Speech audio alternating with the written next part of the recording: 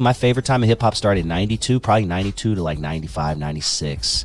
That was my favorite time in hip-hop. Such a great time. The music to me was amazing. The music was some of the best it will ever be.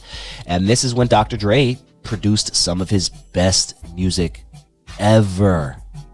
I mean, the Chronic album, Snoop's album, Dog Pound, Dog Food.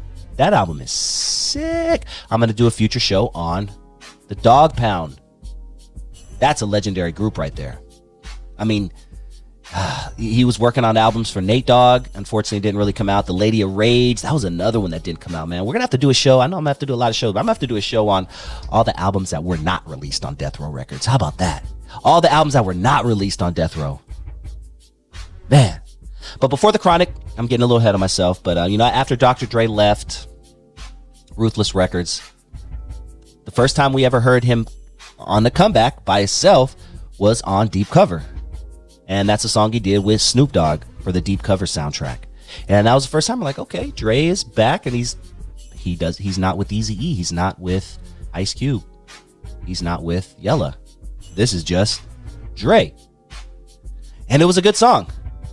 Yeah, and you don't stop, cause it's 187 on a motherfucking cop. And back then I didn't even like that song, and I don't even to this day. I don't care for it to this day, to be honest. It's obviously a classic, but it's not my favorite song. In fact, I like the one that Fat Joe and Big Pun did better. They did a Twins like 98 or something like that, and I think it was way better. Dead in the middle of little did we know that we riddled two men who didn't do diddly. R.I.P. Big Pun, man. But yes, Deep Cover came out, and then he hooks up with Suge Knight to bring out the Chronic, and the Chronic had, Corrupt, Daz, RBX, The Lady of Rage, Nate Dogg, Jewel. The Who's Who. It's a classic album.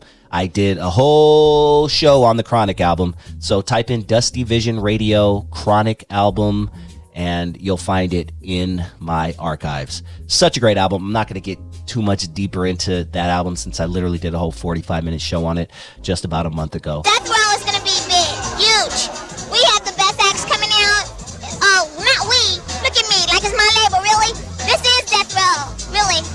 It is. But I'm on it, so it's mine too. What I'm doing right now is I'll be putting out a solo album soon, called Overdose. It'll be out maybe the end of May. It's gonna be hitting. And when's my stuff gonna be out? Back to what I was saying. My solo album will be out in May.